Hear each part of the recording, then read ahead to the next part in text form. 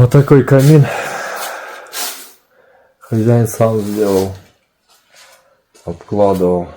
А, це такий камішек плоский. Я думав, це бут. Це ж, наверное, він десь його купляв. Типа пластиночки. Ага. Выкладал с кирпича. Вижу кирпич, и потом пообклеивал цим. А я думаю, что так у него ровно получилось. Я обычно знаю, с бута, це, щоб так виліпити, надо ой-ой-ой. А воно что. Оно тут в виде песчаник и не песчаник. Оно прям цілі пластинки. Просто взял, обклеил, да и все. Понятно. Теперь понятно. Ну что тут дверь? Ух ты. Ух, який портал.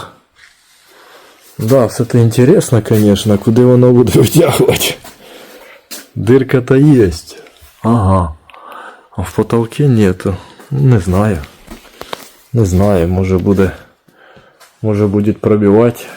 Да у него и так тут уже и котел на дровах, и камин. Мне кажется, он тут закоптится по-любому. По-любому. Ну, это все классно, красиво. Вроде бы так огонь настоящий.